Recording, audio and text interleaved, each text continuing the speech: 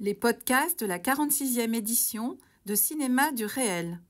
Dans le cadre de la rétrospective consacrée à Claudia von Allmann, L'intime et politique, une rencontre animée par Occitane Lacurie autour du film Nuit claire de Claudia von Allmann. Rebonsoir à toutes et tous, merci d'être là et merci de rester pour la discussion.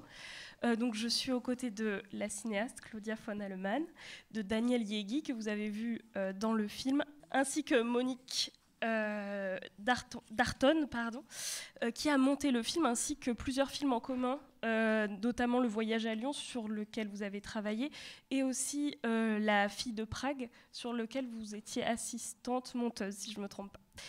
Voilà. Alors pour commencer, peut-être une première question, ce qui m'a frappée dans le film, c'est la manière dont vous parlez de l'évolution de votre féminisme, mais surtout vous en parlez en fonction d'une variation qui a eu lieu entre la tristesse et la joie. D'ailleurs, je vous ai entendu beaucoup rire pendant la projection du film. Alors, avant tout, je voulais savoir où vous en étiez. Est-ce que vous êtes plutôt triste ou plutôt joyeuse en ce moment, en tant que féministe?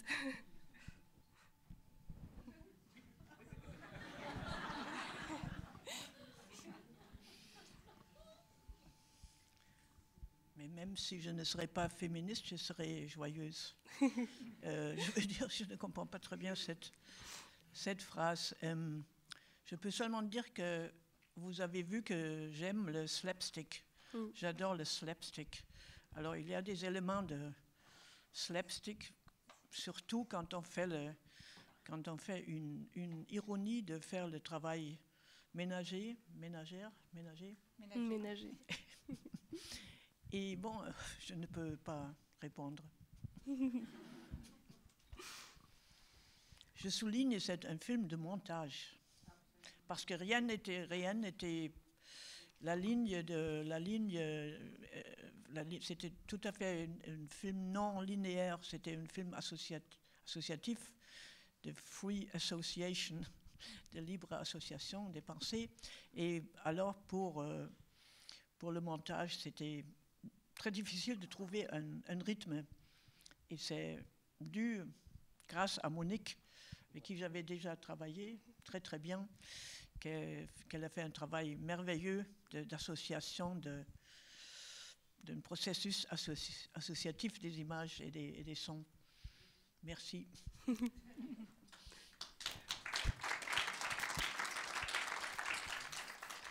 D'ailleurs, en parlant de montage, on pourrait parler déjà de cette séquence où il y a ces chants contre chants entre les regards des enfants. Puisque avant le film, vous disiez, Claudia, que c'était un film sur la production des filles et des films. Et il y a ces moments où vos personnages se regardent, enfin vos filles et vos personnages se regardent dans les yeux. C'est un effet de montage peut-être que... Oui, complètement. Bah oui, puisque c'est pas tout en même temps, oui, c'est des effets. Mais... bon, Claudia dit oui, c'est vrai qu'il fallait tout faire. Moi, je voudrais poser une question au public. C'est la monteuse qui demande, est-ce que vous êtes perdu parfois avec les extraits de films, de ne pas savoir qui a fait quoi, ou est-ce que vous en foutez? Merci. Ça m'inquiétait beaucoup en regardant le film aujourd'hui. Je ne l'avais pas vu depuis très longtemps. Puis je me disais, ils doivent être complètement perdus, les pauvres. Bon, merci. Mais j'ai fait exprès, je l'ai fait exprès, pas pour fâcher le public, mais j'ai fait exprès, très, très obstiné que je suis, de ne pas mettre les... En allemand, on dit Bauchbinde, ça veut dire la bande... comment ça se dit en français, la bande, comme à la télévision, comme ouais. Je déteste la télévision, mais j'ai souvent travaillé pour la télévision, mais comme je la déteste, c'est une méthode télévision de mettre, même si ce n'est pas nécessaire, de mettre à chaque seconde 1000 fois le nom du journaliste ou de la journaliste et de tous ces gens. Et je ne voulais absolument pas, je voulais que ça soit je voulais que ça soit mélangé avec notre vie réelle à Paris. En vivant, Paul, Blanche et moi et Noémie vivaient ensemble dans une toute petite maison au bout de l'impasse de Monique. et Daniel vivaient avec ses 2 filles, Noémie et Alice, là où elles habitent toujours. Et on était presque tout le temps ensemble, tous les 3 et les 4, tous les 7. Et alors, je voulais que ça se mélange avec les extraits de films qui, bien sûr, sont parfois très surréalistes, comme notre vie l'est aussi. Alors, je ne voulais pas mettre les noms des films. Pourquoi? Pour que ça se mélange plus? Oui, oui, c'est vrai que dans ton film, dans le film tel qu'il est monté, il y a une fluidité qui fonctionne très bien, quoi. Je veux dire, c'est pas des extraits de films, tout est relié à ce que vous, puisque le montage joue énormément, voulez raconter, quoi. Ça, c'est sûr. Et c'est vrai que je réfléchissais à ce que tu disais sur la télévision. En fait, souvent à la télévision, mettre le nom des gens, c'est comme une espèce de valorisation, quoi. C'est-à-dire, on a obtenu on a tel journaliste, hein, on a obtenu telle et telle personne connue. Et c'est une espèce d'accumulation de noms, alors que c'est complètement différent là, puisque c'est les films et la vie, quoi. Et il faut aussi dire un très très grand merci à la chef femme de production, chef femme de lumière, Hille Sagel, une des premières caméra-femmes de l'Allemagne de l'Ouest. Et j'ai fait le voyage à Lyon avec elle et 3 autres films. Et là, elle faisait ça d'une manière incroyable, parce qu'on n'avait pas d'argent et on n'avait pas beaucoup d'équipements de lumière par le manque d'argent, par le manque de payer beaucoup de lumière.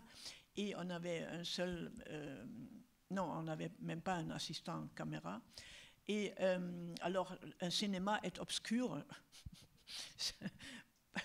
c'est clair. Alors, filmer, nous 3, dans un cinéma obscur, c'était pas facile, sans mettre beaucoup de lumière. C'était très, très difficile. Et parfois, elle s'est dit, je n'en peux plus, c'est trop. Et pour rester sur cette idée de l'association des images entre elles, mais aussi l'association des mots, il y a une grande place qui est laissée à la conversation dans ce film. D'ailleurs, vous parlez à la fin des choses de l'inconscient qu'on met dans les films. Est-ce que le processus de l'association de la parole était aussi de cet ordre-là?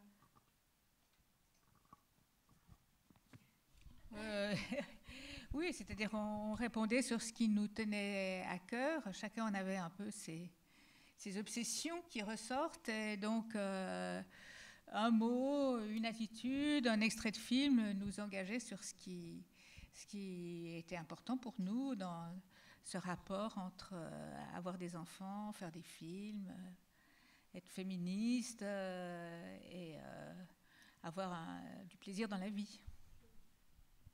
Oui, c'était absolument libre, parce que je ne donnais pas des ordres, entre guillemets.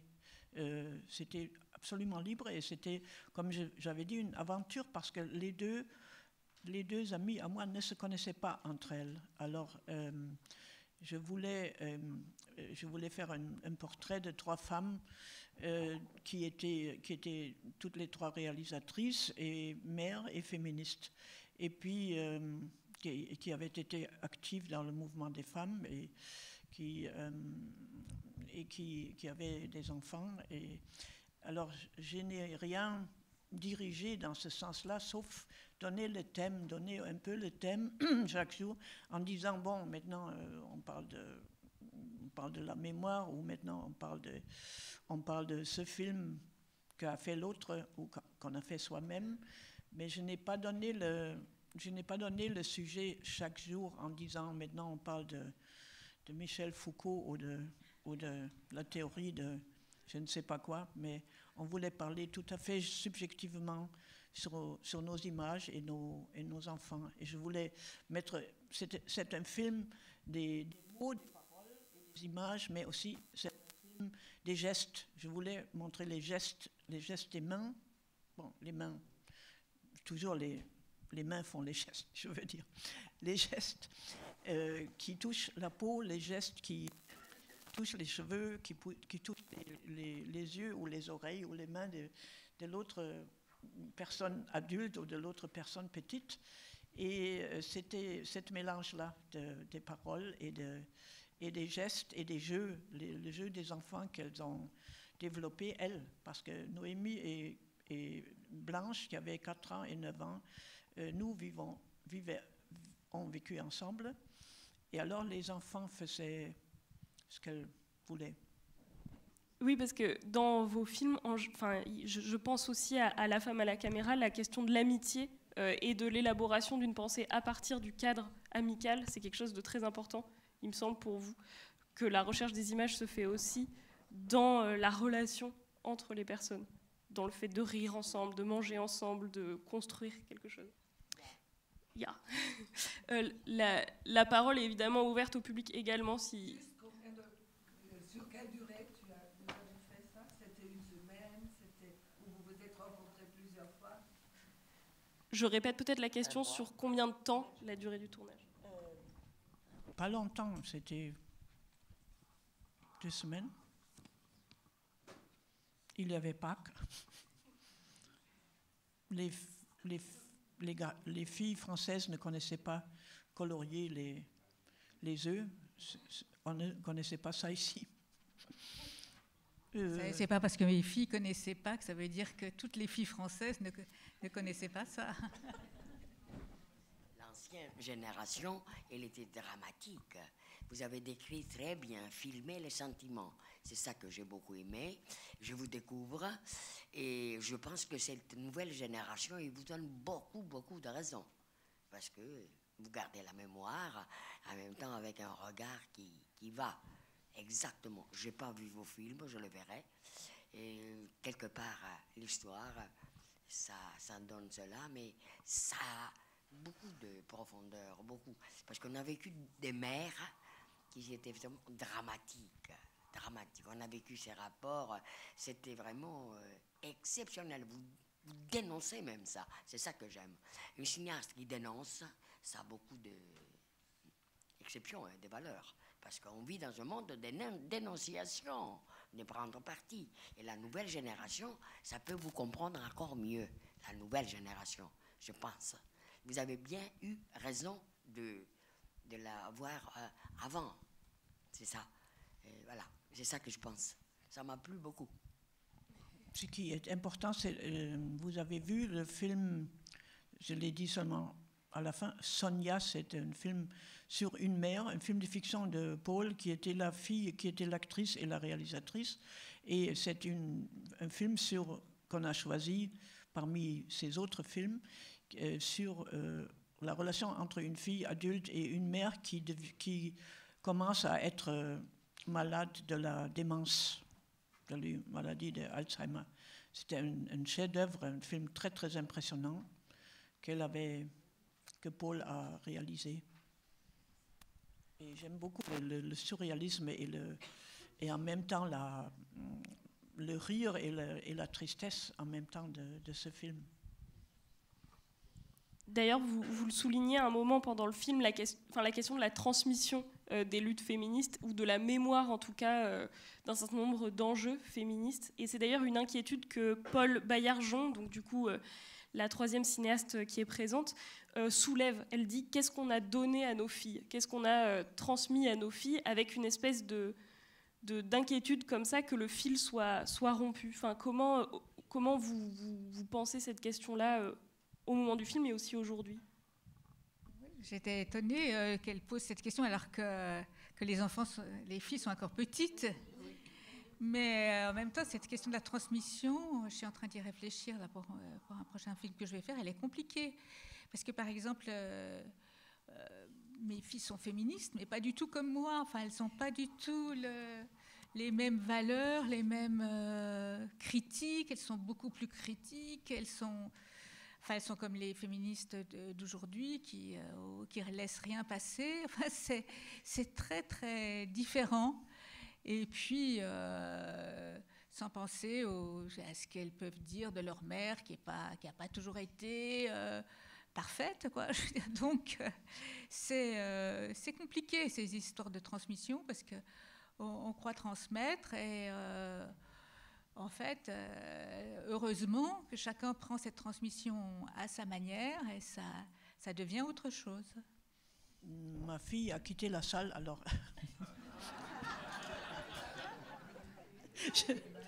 Ma fille n'est plus là. Alors. De toute façon, elle n'aimerait pas répondre du tout. Elle avait peur que tu l'appelles. Non, elle ne voulait... Non, je savais qu'elle ne voulait pas parler. Mais je ne savais pas qu'elle est partie. Mais c'est très bien. Je veux dire, oui, ma fille aussi, que oui, les filles ou les garçons aussi des autres amis, ne peuvent pas très bien répondre sur cela parce que directement, en tant que militantisme, activisme et tout, ça se trouve tout à fait différente maintenant, je trouve. Je suis sûre, ma fille s'appelle, qu'elle est une féministe et qu'elle lutte pour cela, mais autrement que nous. Autrement que nous, et aussi qu'elle n'aime pas du tout qu'on devient trop maternel, qu'on devient, comment on appelle ça en français, qu'on devient trop... Oui. Elle n'aime pas du tout ça.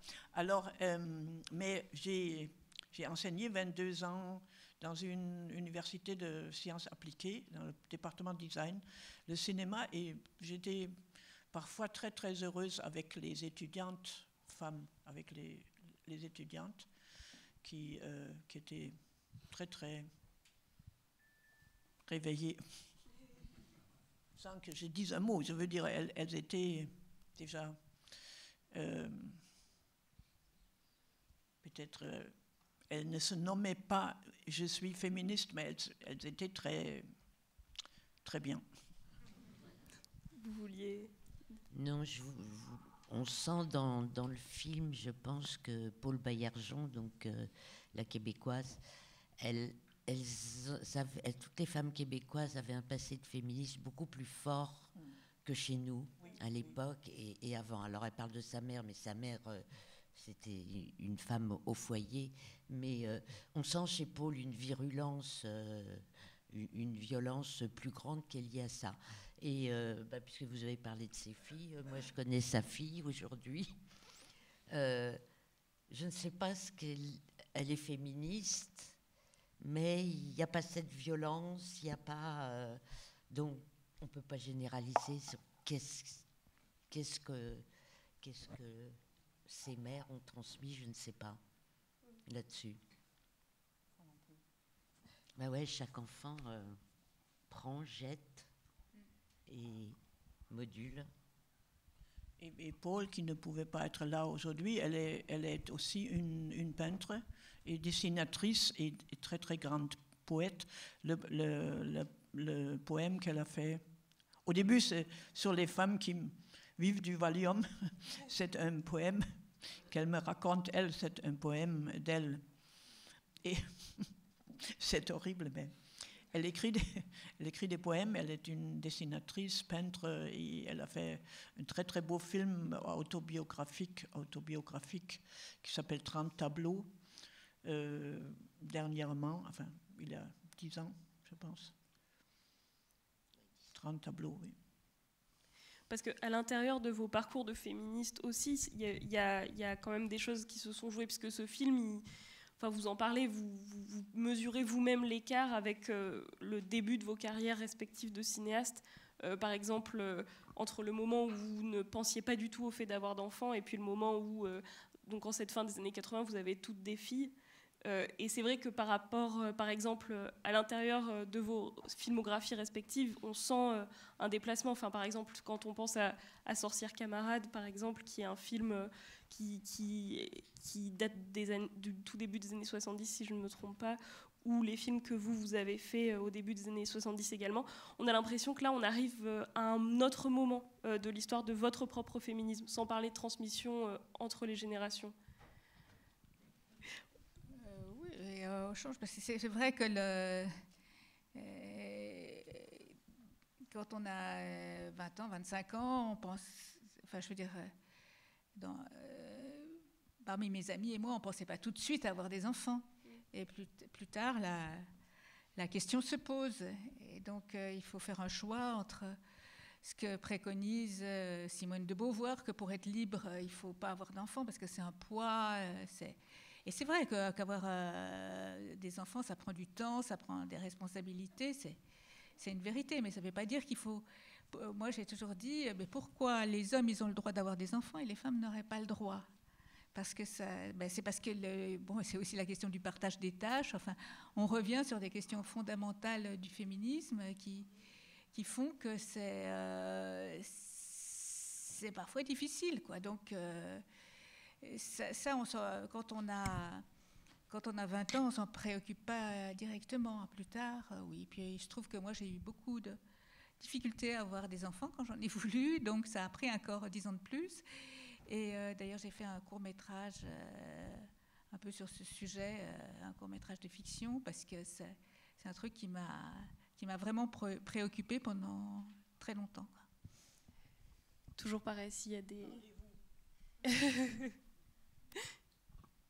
Oui, merci pour votre film. Oui, je voudrais demander si Agnès Varda était une référence pour vous. Vous voyez les films d'Agnès Varda, c'est ça? En tant que réalisatrice et femme, elle était, je la connaissais un peu, elle était une très grande role model pour moi, mais ces films, j'ai adoré ces films, mais je ne peux pas dire qu'ils m'ont influencé directement. Mais indirectement, oui, parce qu'il n'y avait personne. Il y avait elle, il y avait Maït Zetterling, qui est morte trop tôt, qui avait été actrice avec Ingmar Bergman, et après elle est devenue réalisatrice suédoise, elle aussi, qui vivait au sud de la France, qui était une amie. Il y avait en Allemagne de l'Ouest, nous avions étudié à 4 femmes parmi 15 autres étudiants mâles, ce qui était déjà beaucoup.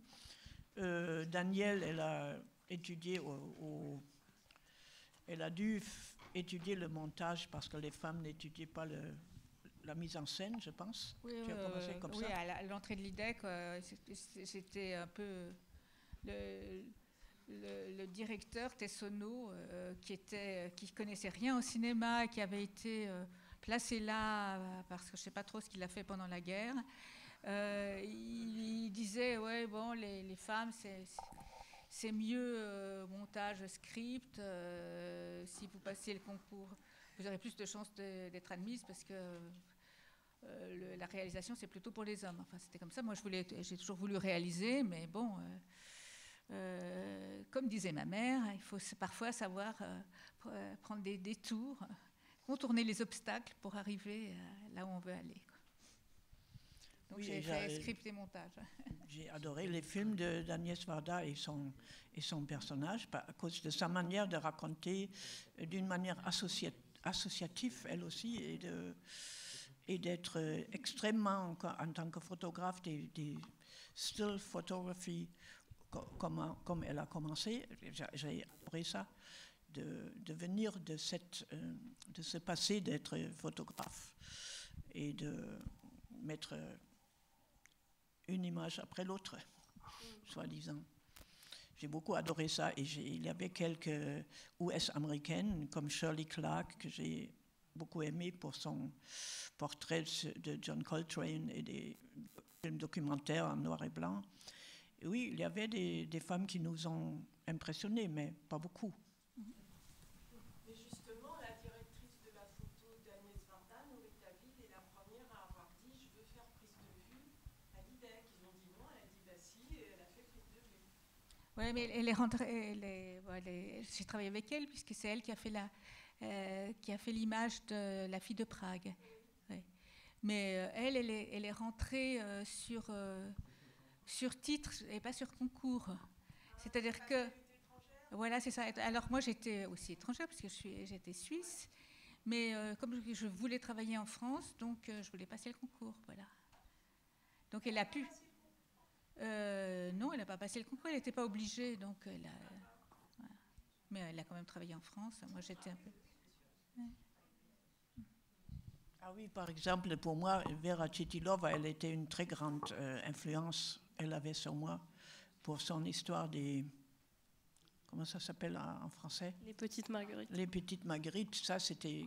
Nous l'avions montré en tant qu'étudiante de cinéma. Et nous étions, en Allemagne de l'Ouest, nous étions très influencés par, bien sûr, la nouvelle vague française, mais aussi très, très influencés par l'Est, par les films tchèques et polonais à l'époque, de Andrzej Wajda et tous ces hommes polonais et tchèques et hongrois, par exemple, István Szabó et tous ces gens-là. Mais oui, Vera Chytilova a été une grande influence pour moi. D'autres questions? Oui. Il arrive. Oui, non, je voulais rappeler, parce qu'en Italie, dans le sud d'Italie, où on va en été, nous, dans les Pouilles, il y a un cinéma du réel, un festival dans les Salento. Et là, il y avait maintenant, elle est disparue depuis quelques ans, à 95 ans, Cecilia Mangini, qui avait aussi, qui connaissait bien Varda, et qui, à l'époque des années, disons, de 50-60 à 80, elle a fait pas mal de documentaires. Alors elle, à l'époque des années 50 et 60, elle était plutôt liée à la gauche en Italie, au parti communiste. Donc elle avait fait aussi un documentaire sur le Vietnam et souvent des documentaires sur les ouvriers, sur la classe ouvrière. Et c'est quelqu'un qui était très, très connu en Italie. Non, moi, j'étais aussi très... J'ai adoré Lina Wertmüller, par exemple, qui était plus âgée que nous, et Liliana Cavani. C'était les réalisatrices italiennes qu'on adorait beaucoup, nous, pour leur structure des films surréalistes et mélangés avec une critique sociale très, très forte. J'ai adoré Lina Wertmüller beaucoup. Bonsoir, merci. C'était une merveille. Et question très simple. Je ne connais pas votre backstage, votre biographie. Donc, est-ce que vous avez fait du théâtre? Est-ce que vous avez fait de l'art quand vous étiez jeune? Comment avez-vous commencé? Quels ont été vos débuts? Comment vous avez commencé à aborder le documentaire? Moi, j'ai étudié, mais très bref, l'histoire de l'art et la sociologie, mais ça m'ennuyait royalement, alors j'ai abandonné ça. Mais le passé de Hille Zagel m'intéressait beaucoup parce que Hille avait été peintre, avait étudié la peinture. Et comme ça, on s'est extrêmement bien entendu en faisant le cadre de chaque millimètre près, de construire, comme on le voit dans le voyage à Lyon, de construire le cadre très, très, comme une peinture. Ça me plaisait beaucoup. Mais je n'ai pas fait du théâtre, mais j'ai étudié être mime, style Marcel Marceau. Et la danse et le mime classique. J'étais mime classique comme Marcel Marceau.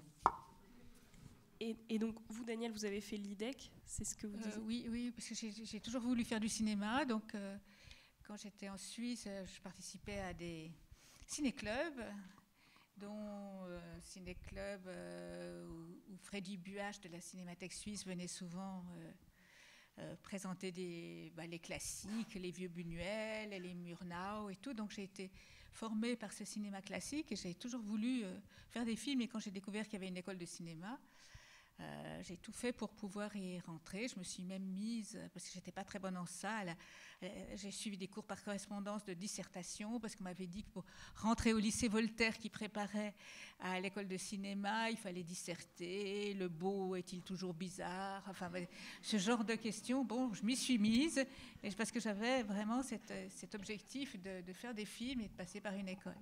Voilà. Et vous, Monique? Moi, j'ai appris le montage sur le tas, comme on disait à l'époque, ce qui n'existe, à mon avis, pratiquement plus, parce que le passage au numérique, à l'ordinateur, a fait que le métier a complètement changé, que c'est beaucoup plus technique. C'était très manuel, le montage à l'époque. Bon, après, j'ai fait de la vidéo aussi, mais...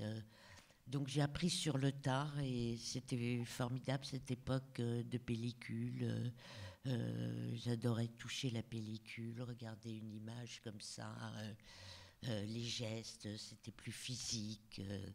Bon, même si c'est formidable le numérique, je dois le dire, mais il y avait un plaisir. Et puis, la chose qui me rend vraiment triste sur le métier, c'est que quand on travaillait en pellicule, on était une équipe. Il y avait, bien sûr, la personne qui réalisait, le chef ou la chef monteuse, assistant, stagiaire, puis tout ça était ensemble. Et puis, une famille, dirait Claudia, exactement, une famille. C'était une famille, alors que maintenant, faut se battre sur... du long métrage pour avoir un assistant tout le temps. Bon, j'y arrive à peu près, mais sinon on est tout seul. Les assistants, ils viennent, ils numérisent, ils voient rien. Et puis quand on a fini le montage, on leur dit vas-y, maintenant tu sors tout ça. Donc ça part au labo. Et la formation, elle est où? Parce que malgré tout, un assistant monteur qui assiste du début à la fin, qui voit tout le processus de montage, quand on monte 3-4 mois, comment ça travaille, comment on discute, comment le film évolue. On apprend aussi comme ça, ce n'est pas juste technique. Voilà. Mais ça réduit le métier pour les assistants à quelque chose de très technique. Tu as aussi travaillé avec... de très grands monteurs et de très grandes monteuses comme Marielle Issartel, qui est aussi réalisatrice et monteuse. Oui. Donc ça, je suppose que ça a dû aussi à cette époque t'apporter beaucoup. Déjà, ça m'a apporté que oui, puis surtout que je n'ai travaillé pratiquement qu'avavec elle comme assistante, et en plus sur un film de Daniel, qui après a parlé de moi à Claudia, et j'ai monté Voyage à Lyon. Merci. C'est la mafia. C'est la mafia ou c'est l'entraide féministe aussi, parce que je vous ai entendu parler lors d'une conférence, Daniel, où vous disiez que la possibilité de votre film de la fille de Prague, ça s'était fait aussi en relation avec Claudia. Donc c'est aussi ça le féminisme, c'est de s'entraider matériellement. Oui, c'est grâce à... c'est grâce à Claudia que j'ai trouvé des producteurs. C'est vraiment les frères Barra, notamment François Barra, que j'oublie souvent de remercier d'ailleurs. Et puis il dit, là pour cette journée, il disait je pense à vous, etc. Et donc il est sans Claudia qui m'a recommandé auprès de François Barra, sans François Barra, je ne sais pas si j'aurais pu produire le film. Oui, et en même temps, je ne sais pas si c'est le cas aujourd'hui, mais tous les gens avaient plusieurs professions et plusieurs passions, professions et passions. Le frère de François Barra avait été peintre. François Barra est toujours un très grand intellectuel qui rédigeait le journal de cinéma. Ça Cinéma, et qui ne peut pas être ici, mais qui est toujours un ami, qui ne peut pas être ici aujourd'hui. Mais les deux frères avaient fondé la société Cinéma Neuf, et c'était très très bien à l'époque. C'était très très très très intéressant et très très intelligent, quoi.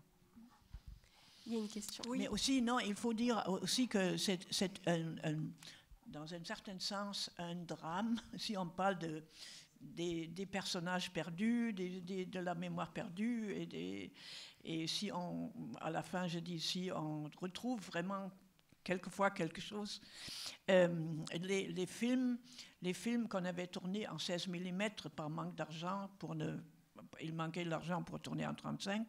Alors les films qu'on a tournés en 16 mm, comme La fille de Prague ou comme Le voyage à Lyon, avaient totalement disparu de la circulation parce que les copies étaient trop mauvaises pour les projectionner, pour les projeter, et personne ne nous donnait de l'argent pour les faire restaurer et digitaliser. Alors c'était une très longue période pour Daniel pour faire restaurer La fille de Prague. Ça fait il y a 2 ans, non? Oui, mais en fait, tu m'as donné l'exemple parce que tu as fait restaurer Voyage à Lyon.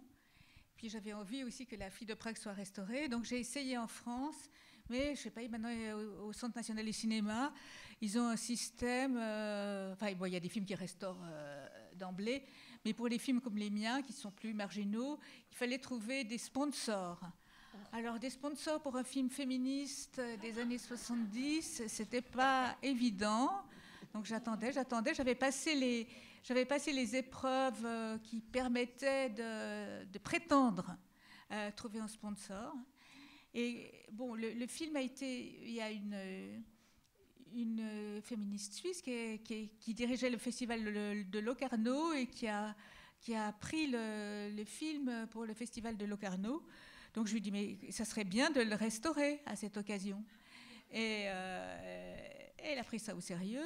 Et la Cinémathèque suisse, 6 mois après, le film était restauré. Le film qui était bloqué depuis des années chez Éclair, parce qu'il y avait des dettes, je ne vous raconte pas les péripéties de production, etc. Et ils ont écrit un mot, il fallait que je signe, et le film a pu sortir des laboratoires, aller en Suisse, et être restauré. Enfin, c'était un miracle, quoi. Voilà. Les films de Maïs Etterling ont été restaurés aussi récemment, puisque vous évoquiez Maïs Etterling, et ces films ont été restaurés aussi récemment. Oui, une très belle restauration. Il y a une question.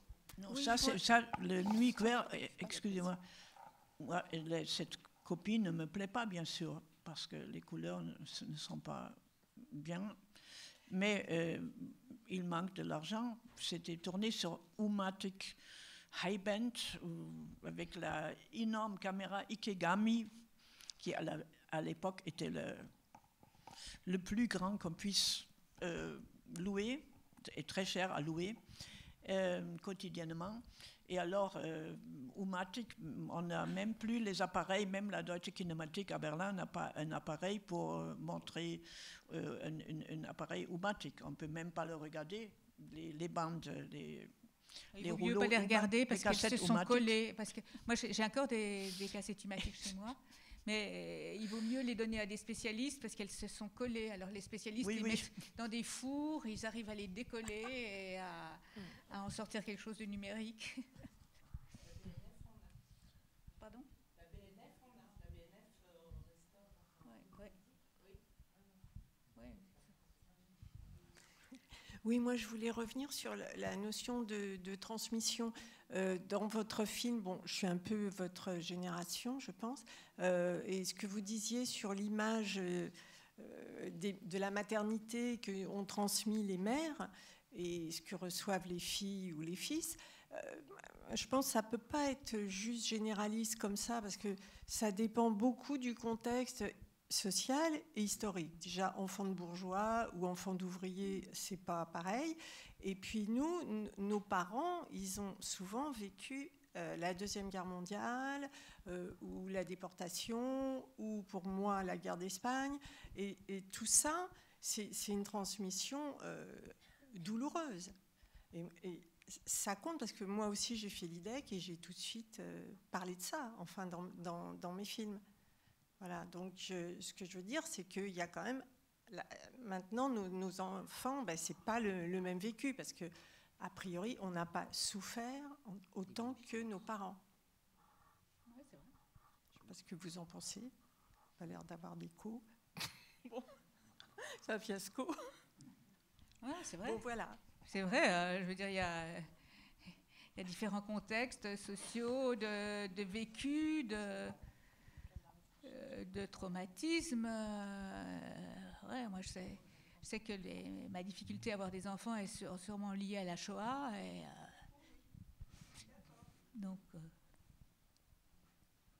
donc c'est pas, les histoires sont jamais simples, mais on peut quand même dessiner certaines lignes, s'interroger, rire et parler du plaisir d'avoir des enfants. Nous avions voulu faire un film poétique et non pas une social-pédagogique. Alors, il y a une question de Brunel là-haut. Oui, merci. Moi, j'ai une petite question de curiosité. Je voulais savoir, sur ce film particulier, quand il est sorti, où a-t-il été montré? Voilà, qui a vu ce film à sa sortie? Où est-ce que vous l'avez passé? Vous voulez savoir la vérité ou pas? Le film n'était presque jamais montré. Et encore une fois, je dis toujours la même chose, mais je n'ai pas pu le vendre à la télévision parce que bien sûr je le voulais, mais même Art n'a pas pris le film. Il trouvait ça ennuyeux et toujours ces femmes qui racontent des choses. Alors, le film n'était pas beaucoup montré. Voilà. Et en festival? Je ne me souviens plus. C'était pas la première fois. Non, pas la première fois, mais peut-être la 20e fois. Il a été montré à Berlin récemment. Ah, il était montré à Berlin, il était montré à Londres, il était montré à Montréal. Très très bien dans l'Office national du cinéma, ORF, et dans un festival là-bas à Montréal. Il avait un très grand succès parce que Paul Baillargeon est une très grande vedette là-bas et on aimait beaucoup le film. Et oui, il a été montré maintenant dans les 5 dernières années, dans les rétrospectives que j'avais. Mais à l'époque, pas beaucoup. Mais il faut dire qu'il y a maintenant une reconnaissance de ton œuvre qui fait que des films qui ont été peu montrés sont, ces dernières années, montrés. C'est une très très bonne chose. Donc il faut parfois savoir patienter avant de montrer les films. J'étais déjà oubliée, bien que je suis très jeune, toujours. Mais ça ne fait rien. On va peut-être prendre une dernière question. Ça vous va, une dernière question? Non. Alors, puisque l'artiste a dit non. Ah, il y avait une dame. Oui, en dehors du festival, où pouvons-nous trouver vos films? S'il y a un éditeur DVD dans la salle. On peut les trouver partiellement à la Deutsche Kinemathek à Berlin. Et maintenant, il y a le cinéma Arsenal qui va restaurer ce n'est qu'un début, seulement maintenant. Et le film sur Knocke. Et ça a duré très longtemps de trouver de l'argent pour restaurer les copies 16. Mais oui, à la Deutsche Kinemathek, qui est mon distributeur, et chez moi dans ma cuisine. Il a été vendu à Mubi.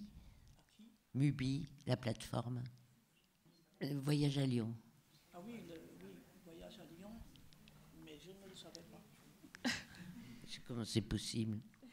C'est une bonne nouvelle, là. C'est une bonne nouvelle. Et puis sur Tank aussi, il y a des films.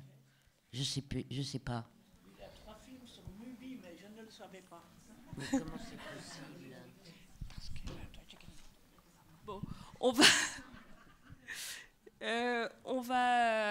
Merci à toutes et tous d'être restés pour écouter. Et puis, continuez à aller voir les films de Claudia pendant tout le reste du festival et cette très belle rétrospective. Merci d'avoir été là à toutes les trois. Et à bientôt dans les salles du Centre Pompidou.